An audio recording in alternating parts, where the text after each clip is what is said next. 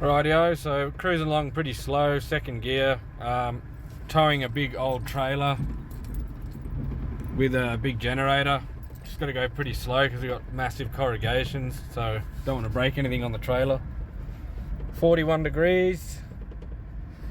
Got the aircon today, don't usually use it, but it's Sunday and I feel like, you know, kicking back a little bit, so bugger it. Rightio, so we're at the destination, we're at the bore. As you can see, plenty of cattle here. Summertime, you know, they are drinking a hell of a lot. So this bore is solar, but as you can see, the panel over here, we'll go in there in a minute. It's not quite keeping up, so we need to run water at night as well. I've got a little engine over there, but it's a one-time deal, as in you start it, run it, and it runs out of fuel, and that's that. This bigger engine I can set on a timer. We can have it run for a few nights. So like I said, we'll pump water at night and just keep up the water a bit better. So it was a pretty long drive here,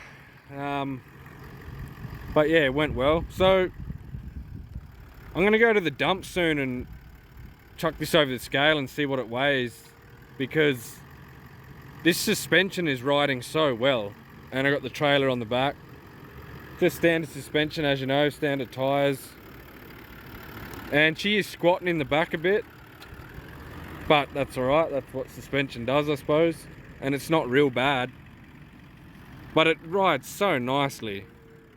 Like, I'm so surprised. It's nothing like the Hilux. The Hilux was terrible as soon as, like, I've got a lot of weight in the back, but the weight I had in the back of the Hilux, you just had to be so careful. The bump stops in the back of the Hilux were not far from the diff, and the front being an IFS, it was easy to bottom out. Like, I hit the ground a lot. Obviously you don't get that problem in this, being a solid axle up front. So yeah, this is great. I'm actually loving how this is riding, the suspension and whatnot. And I think it's funny how people automatically just say, like, oh, you got a LandCruiser, like, oh, you're not going to have any kidneys left because they're so rough. But, you know, obviously they're a leaf sprung rear end, as are most utes, and I don't know, I think people just say stuff to say stuff a lot of the time, but or they have the wrong suspension setup. Maybe they're oversprung and they wonder why it's so rough. But yeah, I really can't complain about it. Anyway, so as you know, I put a video up yesterday on YouTube. I wasn't even thinking of doing one today, but I'm out here, so I figured I'll film a little bit and just I'll probably stick it up. Why not just film a little bit while I'm out here mucking around and just chuck it up. So this is the engine and this is the timer. Take this little cover off and you can select what hours you want it to run. So we'll get it to run 10 hours each night and it'll keep the water up really well. I got a new battery. Had to wait for the shops to open this morning in town, so I got some oil and a new start battery for this Jenny, just from Super Cheap. So yeah, we'll chuck that in and fire her up, give it a test run. Rightio, so I've got the trailer backed in. Check this windmill out, she's looking a bit sad. Must have got hit with some pretty incredible wind one day and peeled it over. Anyway, so yeah, we've backed her in. We'll I've got to actually bring the whippersnipper here one day now that the rain's sort of stopped, and get rid of all this grass. So this is the Jenny I was using. I'll chuck this on the back of the ute and take it with me. We may need it somewhere else soon. So we'll unhook this and make sure it's got oil and fuel and water, and put the battery in, give it a test run and set the timer.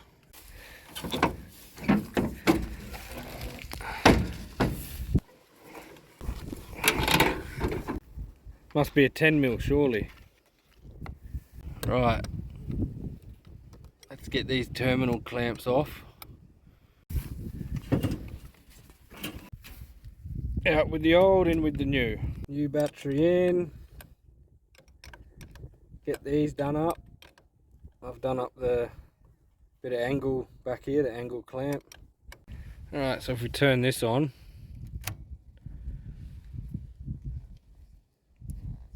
don't need an extension lead, so that's alright. Rightio, that's turned on and plugged in.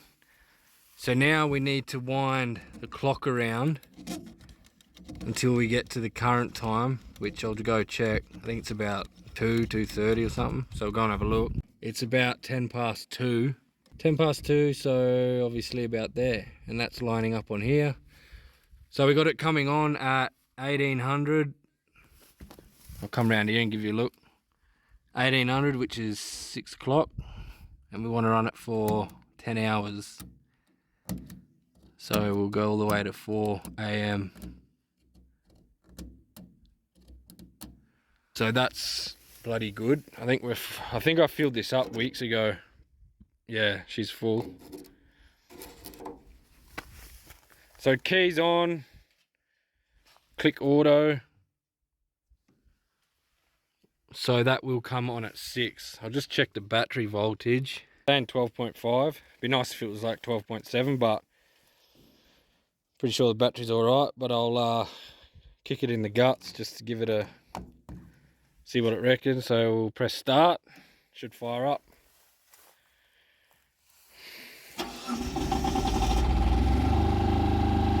Well, that's good. That is great. That's what you want. I'll just let that run for 5 minutes, chuck it back on auto, and that's going to come on at 6 and run till 4. Beautiful. This will keep doing its thing, pumping solar till this kicks in at 6, and then the 101 box, control box up here, will click over and switch to 240 and let the generator do the pumping from then on until it shuts off at 4 in the morning. Still Jenny loaded up. We'll just make sure the fuel's off. It's empty, but always run around with the fuel off on these things. So that's good. Onwards to the next place to see what dramas we've got in this 42-degree weather. This has worked out pretty well. Underneath here you've got some belts, drive belts for generators, a tow strap. This is all the power tools. So a couple of batteries, a grinder, a blower, impact gun, a drill, compressor and plugs and everything in here. And this is I think must be a 1/2 inch impact gun, rattle gun.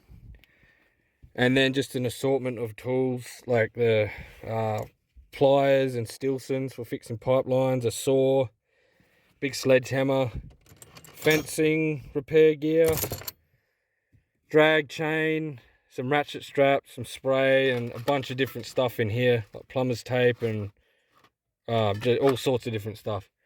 So it's worked out all right. She's pretty chockers. Normally I don't like to do it like this. I hate things being on top of each other, but this isn't too bad.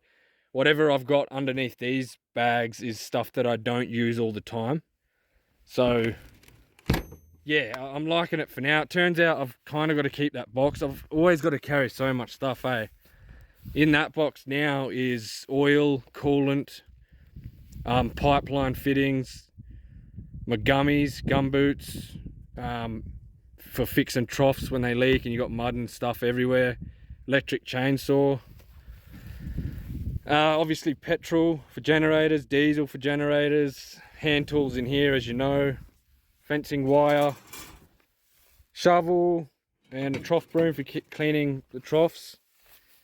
And it's kind of annoying me at the moment because the old bloody canopy is pretty empty. All that's in here at the moment is the drawers. But in time I'll have the drawer fridge up here, I'll have some gear in here, and I want to put a flat water tank up in here. That's going to be perfect. As I said, we'll have the battery set up over there, compressor. So it'll get decked out. It's just annoys me having like such a usable nice space and it's just empty. But anyway, I don't know what I'm whinging about. It's all good.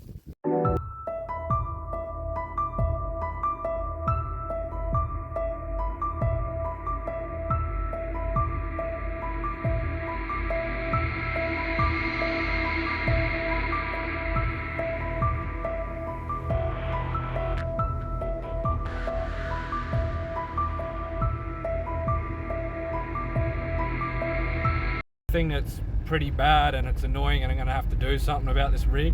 The sun glare off the back end of this bonnet, where that ridge is.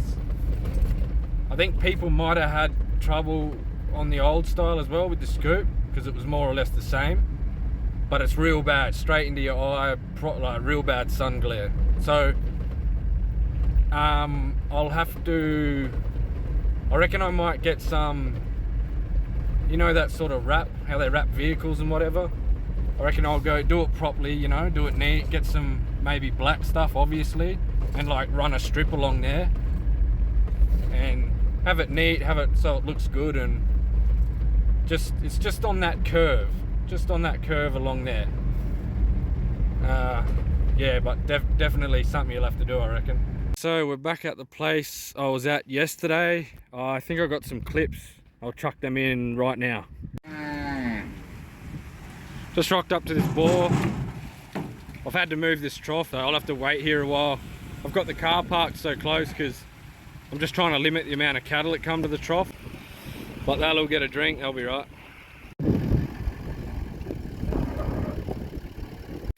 Look at this big scrub bull. Now you don't want to trust him as far as you can throw him, but he is pretty old and seems chill. He just wants to have a drink.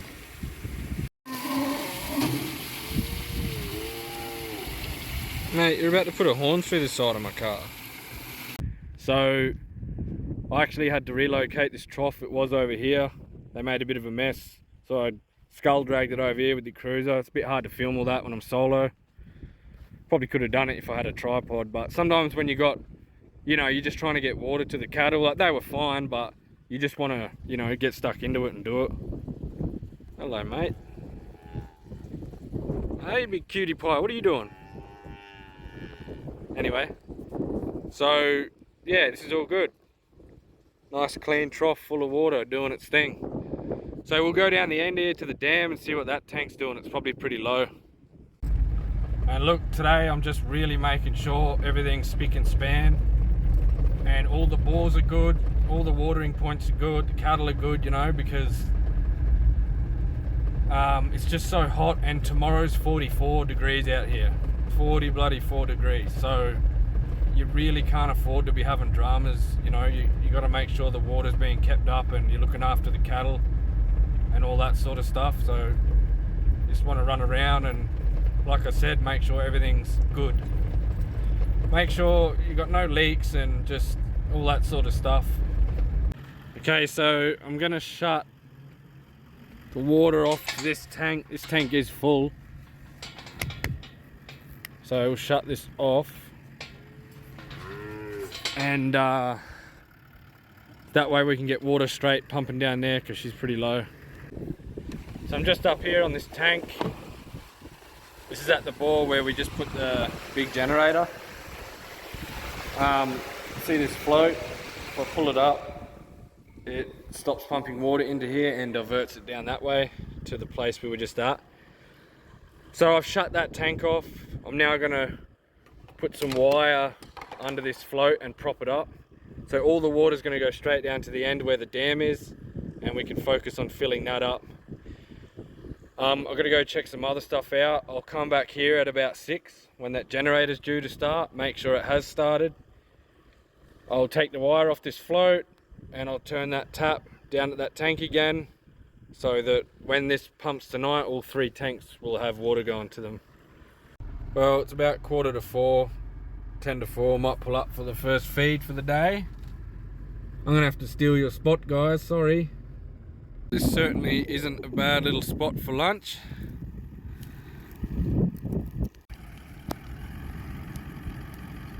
Now, if you ask me, I reckon the LandCruiser's got the best cup holder of any vehicle.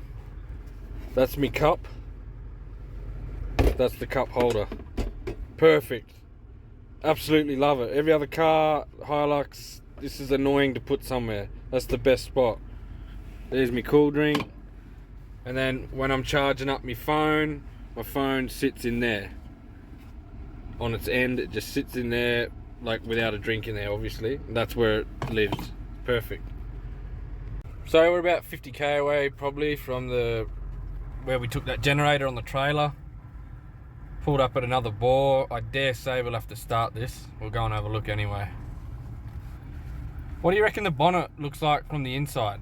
Like, I know it's just on camera, but I rate it. I like it. It's chunky and looks good, I think. It is a lot higher, obviously, than the last bonnet. Obviously, the sides were low, and she did come up into that scoop. But as you can see, like where those side panels come up, like that flat bit there, that's where the panel used to run. So it's that much taller. And I did, when I first jumped in this car, I noticed it straight away at the dealership. But I do like it.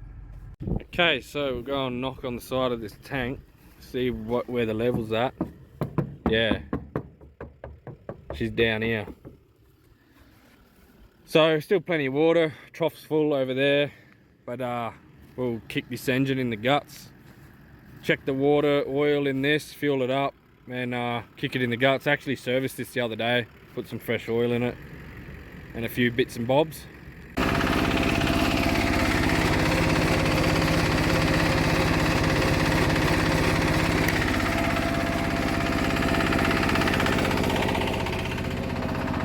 Obviously it's a good idea whenever you start your engines to check that it is actually pumping water, which I usually come around the other side of this tank. The engine's over there and I can clearly hear water going in. So look, sometimes, you know, things happen and you could rock up.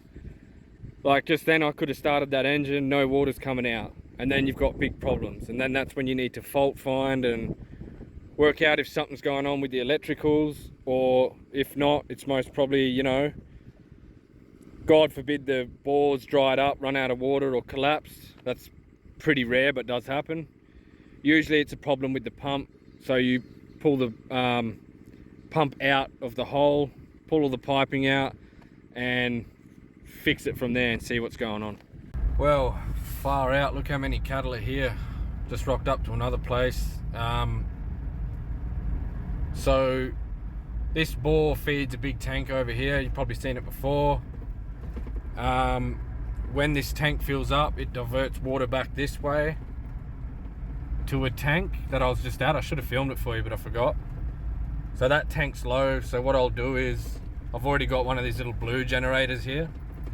So it's about 5 o'clock now. I'm gonna kick that in the guts and that will run all night. So it'll, you know, make sure, we'll check how full this tank is right now. It's probably got a fair bit in it, but it means that middle tank that's down that way heading west will fill up full tonight. So there's a few cattle hanging around that tank, not that many, but anyway, so we'll go and crank it up. Well, I've fueled it up, about to kick it in the guts. There's always something going on, eh? So I think dingoes have come in here and chewed this cord clean in half. So I'm gonna have to cut these back clean, strip them and join it back together. Just for now, to get me out of trouble, I need to kick this in the guts. It's got to run tonight to shoot water down that way and top this tank back up. So, but yeah, there's always something going on, always some drama. So I'm using these automatic wire strippers, these King Chrome ones out of my toolkit. I've never used them before. So you just stick it in there and then it strips it. Can't really show bloody one-handed. But anyway, I feel like a real Sparky now. Rightio, so that's all joined together. A bit of electrical tape on there. Probably could have done it a bit different, but it's just to get us out of trouble. I need to go back to town and get another generator as a backup, and I'll grab one of these cords while I'm there and then replace this.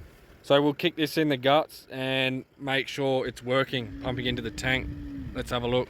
Well, that's running, and when I started it, I heard the 101 box click over from solar to 240. So we've got power. Let's just go see if it's pumping. It's great, it's pumping.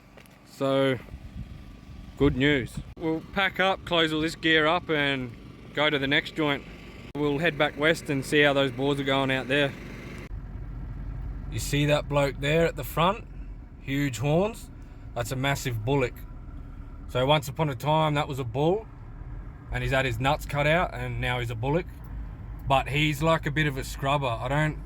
Actually he does have Looks like he does have a bit of a tag, so they must have... I don't remember seeing him, but I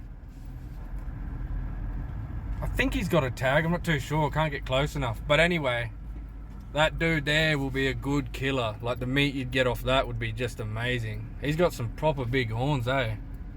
Right, so we're just heading back west, like I said at the last bore. Gonna go check the work we did earlier, and it's nearly 5:20. So that generator that we put the timer on, that's about to kick over. So we'll have to go and turn those tanks back on. We wired the float up on one and turned the tap off the other.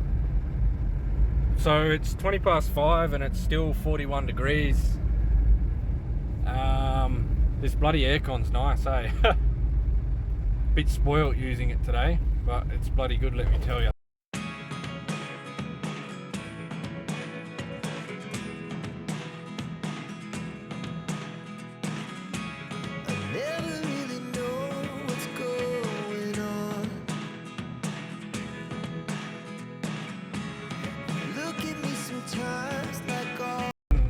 This time of day, I mean, it's not fun heading west with the sun in your face, but like in the morning or late arvo, you can just really see the terrain and like how rough it is, the corrugations and any holes or gullies.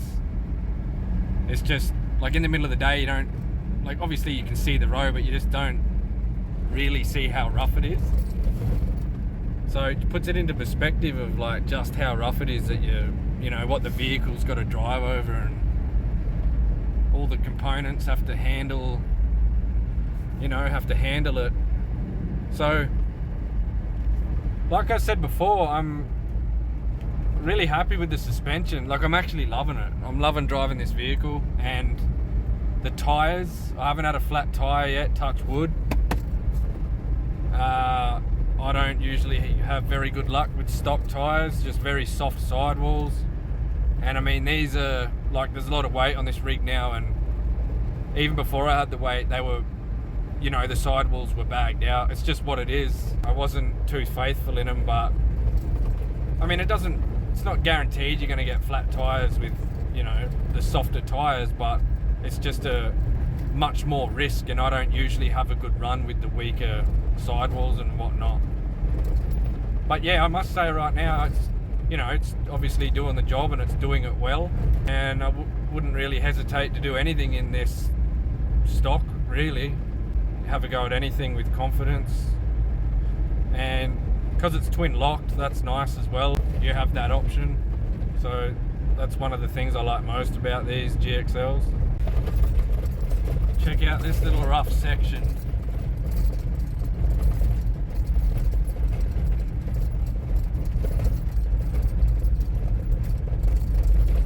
Big corrugations. I suppose that's one good thing about these soft tires. It's you know, a lot better in the bumpy stuff, in the rough stuff, because, you know, once you start to get into those load range E tires with like a 3-ply stiff sidewall, makes a big difference. But if you air down, it makes a big difference as well. Makes it a much better ride. It's funny, hey, you watch cattle, like, they really like to play. So before these two calves just heard me coming along, they were kicking up and headbutting each other and having such a good time. Cute little buggers. Too hot for that stuff, Jesus. Okay, so we're back at the main bore here where we dropped that generator off earlier. I've just taken the wire off the float, put it back down, so I'm letting this run. It's 6:30 or something now. The generator's over there near the windmill, and the timer worked. I can hear it running, so we are good to go.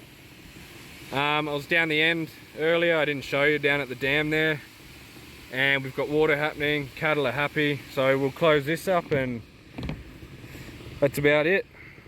That's about it, folks. Look at these little calves up here playing, jumping around, kicking and stuff. It's so cool to see. Look at them jumping up in the air. It's just that time of day, late arvo. It must be it's just cool when you come across them, you know, just doing their natural thing, having a good old time. They really are pretty interactive. It's just, I don't know, I just find it amazing that they just play so like enthusiastically, you know. And you'll even see, like, if the big ones are feeling good, like the cows and whatever, if it's raining, it's nice and fresh, the weather's cool, you see them jumping around and kicking, it's beautiful. Well, that might bloody do it. It's 7 o'clock now. I've still got some jobs to do. Got to head back to town to Alice, so that's 4 hours away or whatever. Like I said, I'll have to get another generator for a backup. What else do I have to do? Oh, get that cord for the 101 box, that other bore that the dingoes bloody chewed it. Few things to do, but yeah, I'm glad we got today sorted. It seems alright. We got water happening and stuff. The cattle are happy. And tomorrow's 44, so just prepping for these really hot days, you know. Anyway, I guess I'll see you legends later. Take it easy.